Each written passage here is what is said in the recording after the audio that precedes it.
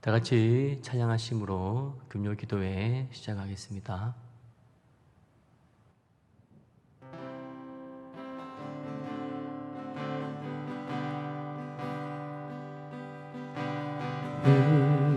이곳에 생명새 솟아나 눈물 고작 지나갈 때에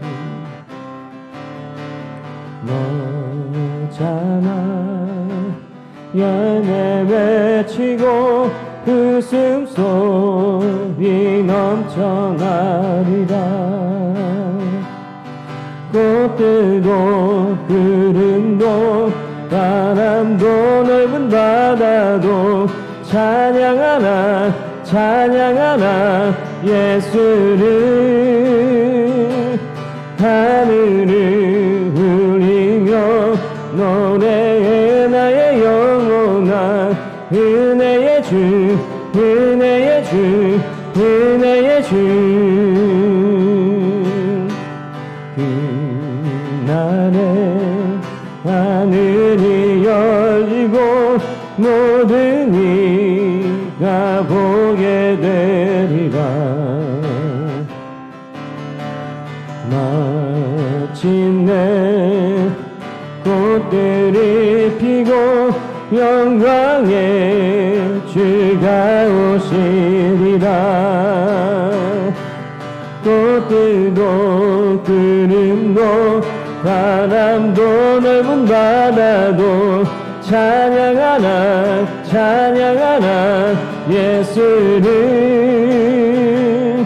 하늘을 울리며 노래해 나의 영혼아 은혜의 주 은혜의 주 은혜의 주. 꽃들도 구름도 바람도 넓은 바다도 찬양하나 찬양하나 예수를. 하늘을 울리며 노래해 나의 영혼아 은혜의 주 은혜의 주 은혜의 주.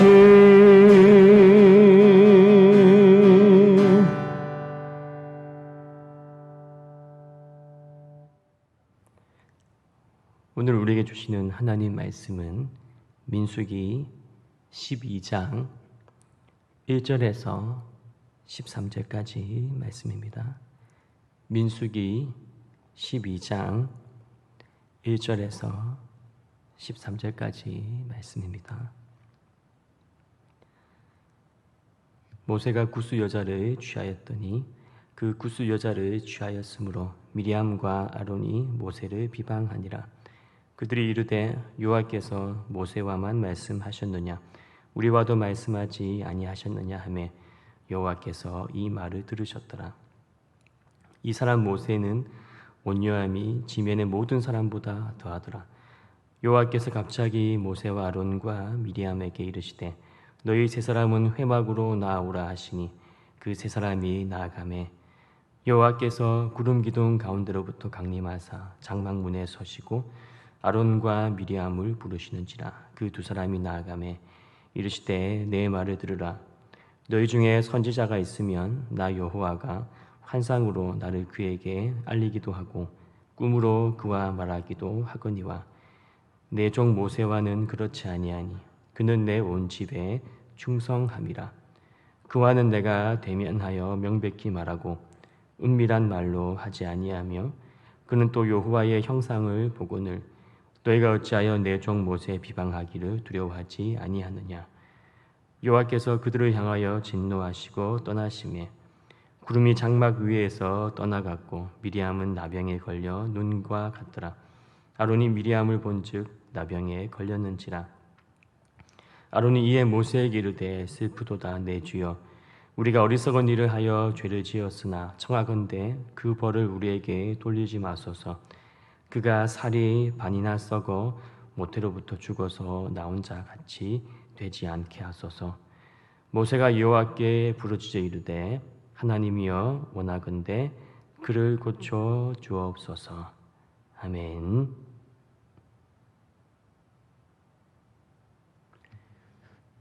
목사님 좀 마이크 좀 꺼주세요. 예, 7번 마이크 꺼주세요. 파울링 생겨가지고요. 예. 이거 뭐 제가 나중에 다 편집할게요. 예, 바로 이따 시작할게요.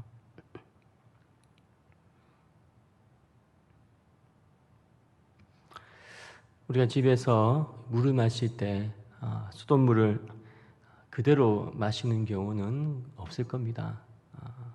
다들 그 정수기 피터를 통과시켜서 물을 마실 겁니다. 그렇지 않고 그대로 마시게 되면은 배가 아프다든지 반드시 몸에 어떤 탈이 날 것입니다. 영적인 부분도 마찬가지입니다.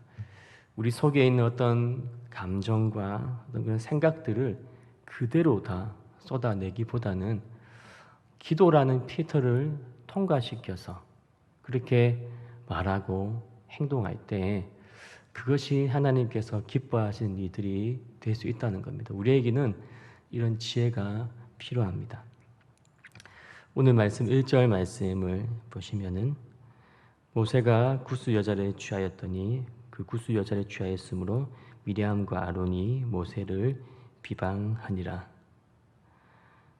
모세에게는 아론이라는 형이 있었고 그리고 미리암이라는 누나가 있었습니다. 이 세 사람은 이스라엘 공동체를 인도하는 어떤 그 리더 역할을 감당하고 있었습니다.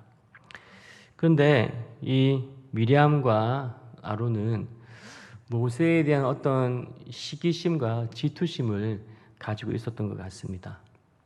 모세가 이스라엘 백성들의 어떤 존경을 받고 또 모든 것을 결정하는 그런 최고 지도자 자리에 있는 것이 조금 못마땅한 그런 마음이 있었던 것 같습니다.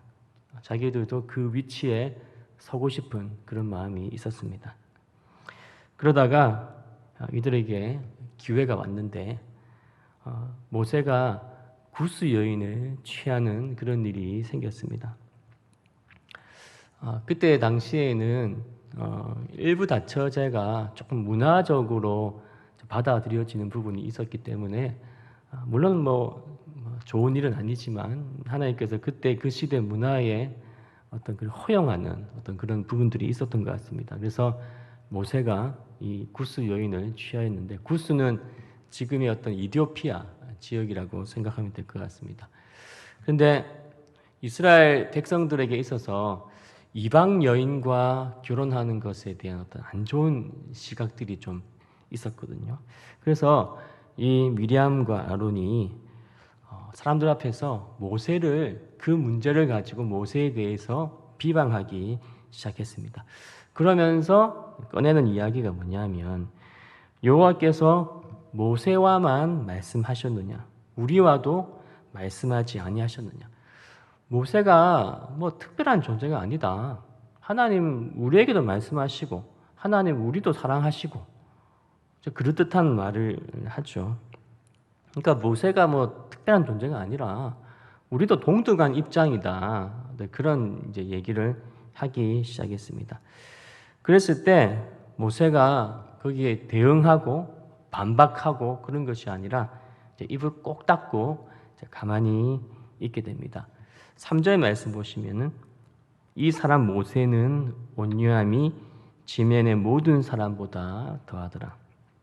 성경은 모세가 이 땅의 그 어떤 사람들보다도 온유하다, 온유한 사람이다라고 표현하고 있습니다. 5절 말씀을 보시면은 하나님께서 침묵하지 않으시죠. 하나님께서는 침묵하지 않으시고 직접 강림하셔서 말씀하시고 이 문제에 대해서 개입하기 시작하셨습니다. 그리고 9절, 10절을 보시면은 하나님께서는 굉장히 진노하셨습니다. 미리암과 아론에 대해서 굉장히 진노하시고 그리고 미리암에게 나병이 걸리게 하셨습니다. 자, 여기서 모세가 참 이렇게 최고로 온유한 자라고 이렇게 성경은 표현하고 있는데 온유한 자라는 게 어떤 뜻일까요? 온유한 자의 어떤 뜻을 좀 찾아보니까 억센 야생마를 다룰 줄 아는 그 능력이 있는 사람 그리고 그 능력을 통제할 수 있는 자제력이 있는 사람, 그렇게 나와 있습니다. 우리 마음 속에는 모두가 다 야생마가 있습니다. 우리 마음 속에는. 그런데 그 야생마를 그대로 다 표현하는 것이 아니라 그 야생마를 다룰 수 있는 어떤 그런 능력이 있는 사람, 통제력이 있는 사람이 온유한 사람이다. 그렇게 우리가 설명할 수가 있겠습니다. 그러나 이스라엘 사람들은 온유한 사람들이 아니었습니다. 이스라엘 사람들은 자기들 속에 있는 그 모든 감정과 불평과 그 생각들을 여과 없이 다 쏟아내는 사람들이었습니다. 민수기 말씀을 조금 읽어보면 그런 내용들로 가득 차 있습니다. 민수기 11장을 이렇게 보시면은 배고프다고 원망하고 불평하고, 그리고 또 물이 없다고 원망하고 불평하고, 그런 모습들 항상 그렇게 막 다 쏟아내는 그런 이스라엘 백성들의 모습을 볼 수가 있습니다. 아론과 미리암도 마찬가지죠. 자신의 생각과 그 감정을 여과 없이 사람들 앞에서 다 쏟아냈습니다. 그러나 하나님은 그런 식으로 기도라는 필터를 통과시키지 않고 쏟아내는 것을 결코 기뻐하지 않으셨습니다. 2절 말씀 보시면, 2절 말씀 끝부분에 보시면 여호와께서 이 말을 들으셨더라. 하나님께서는요, 우리가 기도할 때 우리의 기도 소리도 들으시지만 우리가 다른 사람한테 막 말할 때 그 소리도 들으시거든요. 그런데 같은 내용이라 할지라도 그 같은 내용을 가지고 하나님께 말씀드리면 기도가 되고요, 그 같은 내용을 사람한테 얘기하면 불평이 됩니다. 기도를 통해서 들으시는 것은 하나님이 굉장히 긍휼히 여기시는 마음을 가지시지만 다른 사람에게 말하는 것을 들으실 때 그 내용이 불평이라면 하나님께서 진노하신다는 것을 오늘 말씀을 통해서 우리가 깨달을 수가 있습니다. 근데 모세도 보면은요, 모세도 물론 온유한 사람이라고 하지만 모세도 그 속에는요 스트레스가 많고 욱하는 마음이 많은 사람입니다. 민수기 11장 11절과 12절 말씀을 찾아보시면은 민수기 11장 11절과 12절 말씀 보시면은 모세가 여호와께 여짜오되 어찌하여 주께서 종을 괴롭게 하시나이까? 어찌하여 내게 주의 목전에서 은혜를 입게 아니하시고 이 모든 백성을 내게 맡기사 내가 그 짐을 지게 하시나이까? 이 모든 백성을 내가 배웠나이까? 내가 그들을 낳았나이까? 어찌 주께서 내게 양육하는 아버지가 젖먹는 아이를 품듯 그들을 품에 품고 주께서 그들의 열조에게 맹세하신 땅으로 가라 하시나이까? 보면은 내용을 보면요 굉장히 좀 불평 같아요, 그죠? 왜 나한테 이렇게 짐을 주십니까? 왜 내가 그들을 배웠습니까? 왜 나한테 이런 무거운 짐을 주십니까? 근데 이거를 사람 앞에서 했으면 불평이 됐을 텐데 이것을 그대로 하나님께 다 쏟아내니까 기도가 되죠. 이스라엘 백성들과 모세의 가장 큰 차이죠. 미리암과 아론 그리고 모세와의 큰 차이점은 바로 여기에 있습니다. 모세는요 모든 것을 다 기도라는 필터를 통과해서 나오게 했습니다. 자신의 불만도, 자신의 마음에 있는 어떤 그런 화도, 또 두려움도 다 기도라는 필터를 통과해서 나오게 했고, 이스라엘 백성들은 그렇지 않았습니다.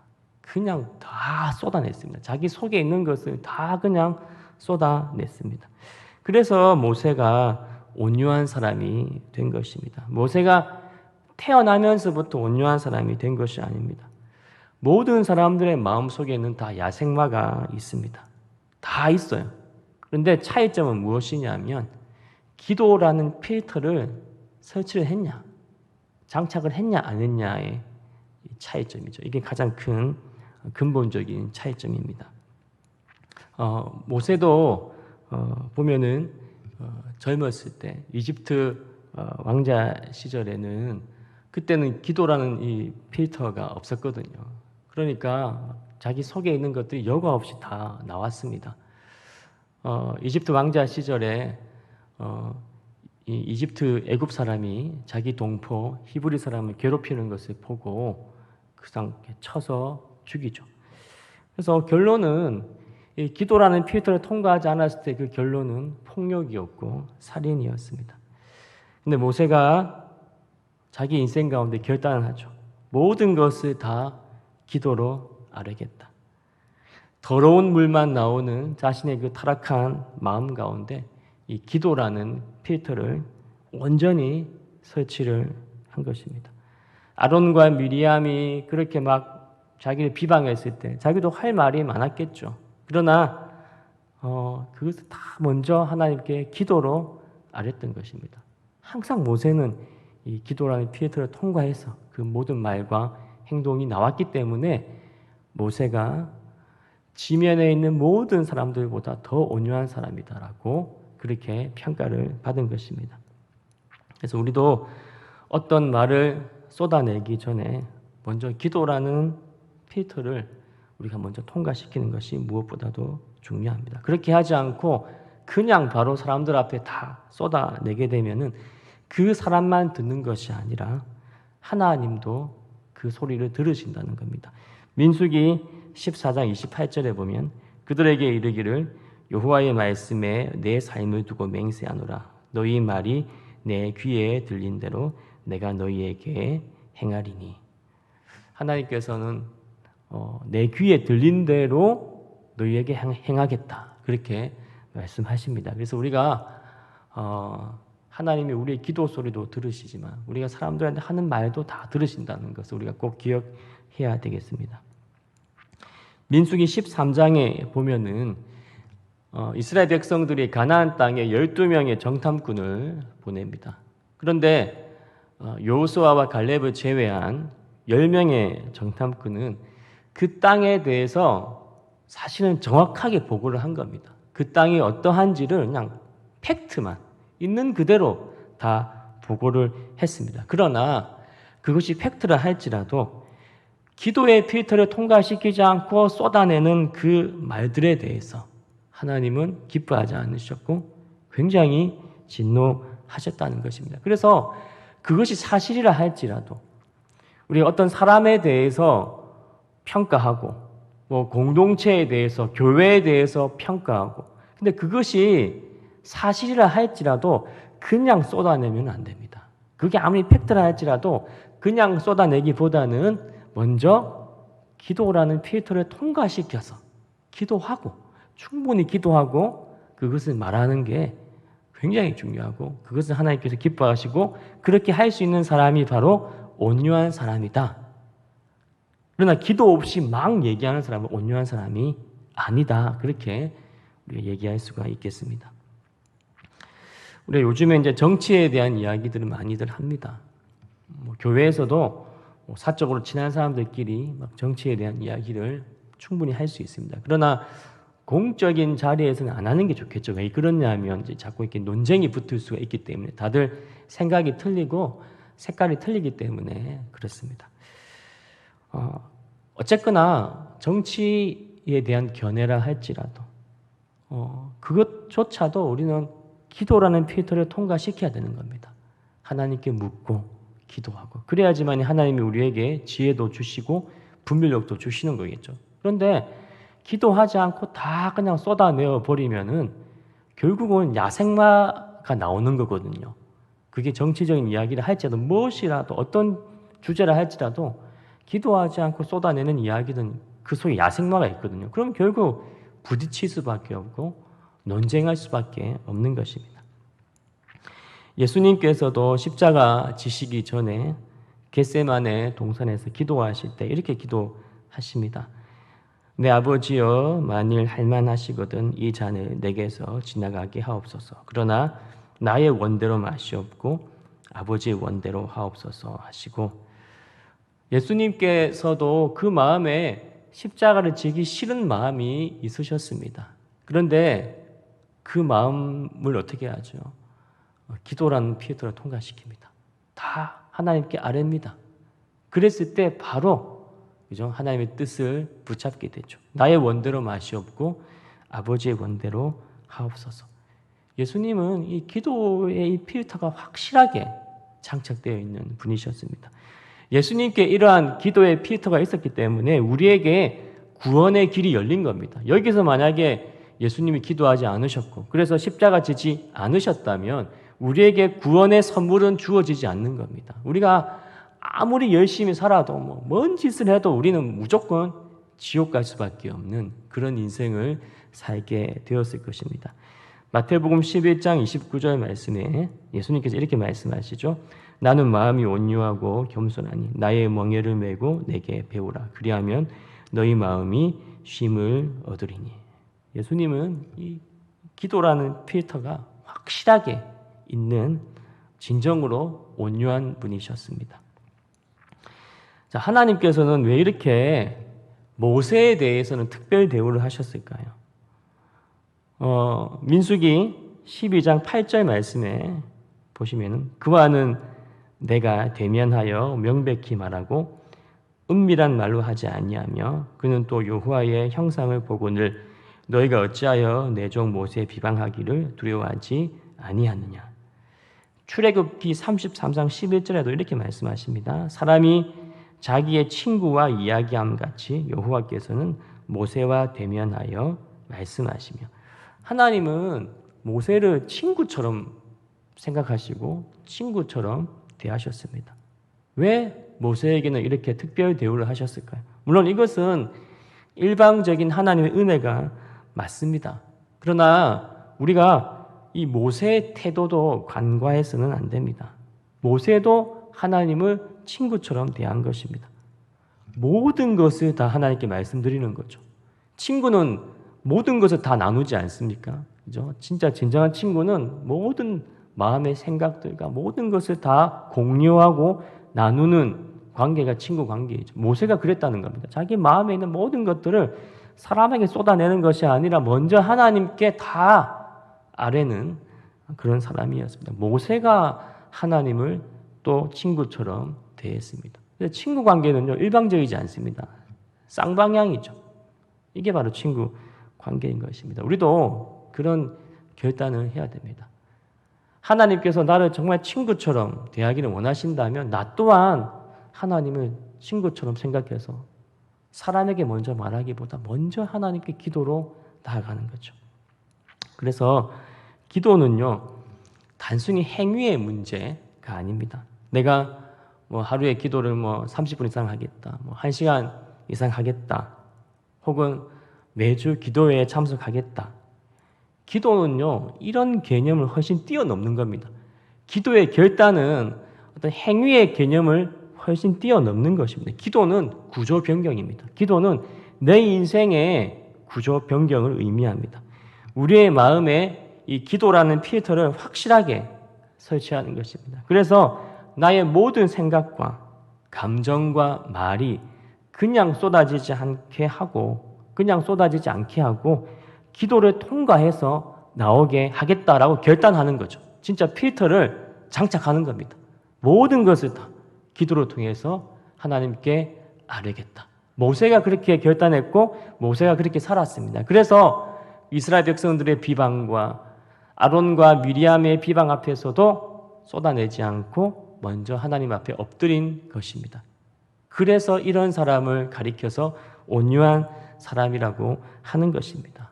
우리 또한 그러한 기도의 결단을 할 때 내 마음 가운데 마치 정수기 필터를 장착하듯이 기도라는 필터를 장착하겠다. 그래서 모든 것을 다 하나님께 아뢰겠다. 하나님을 정말 친구처럼 생각해서 내 모든 것을 24시간 내 모든 것을 하나님께 먼저 기도로 구하고 아뢰겠다.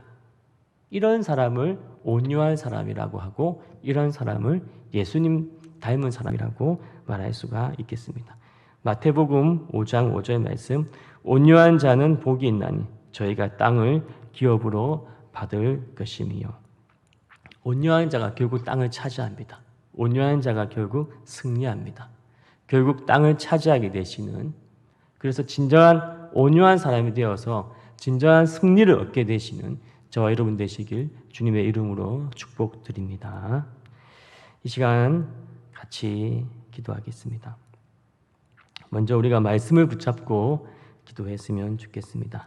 이 시대는 기도가 참 많이 부족한 시대입니다. 기도하는 모습이 많이 사라졌습니다. 그리고 또 문제가 무엇이냐면 기도 생활은 있는데 나의 감정과 생각과 말이 전혀 이 기도라는 필터를 통과하지 않고 그대로 여과 없이 나올 때가 많다는 것입니다. 기도는 따로 하고 또 삶은 따로인 것입니다. 기도는 단순히 행위의 문제가 아니라 24시간 하나님 앞에 서는 것을 의미합니다. 모세처럼 하나님을 친구 삼아서 모든 것을 다 주님께 기도로 아뢰는 진정한 온유한 사람이 될 수 있게 해달라고 이 시간 기도했으면 좋겠습니다. 다 같이 기도하시겠습니다.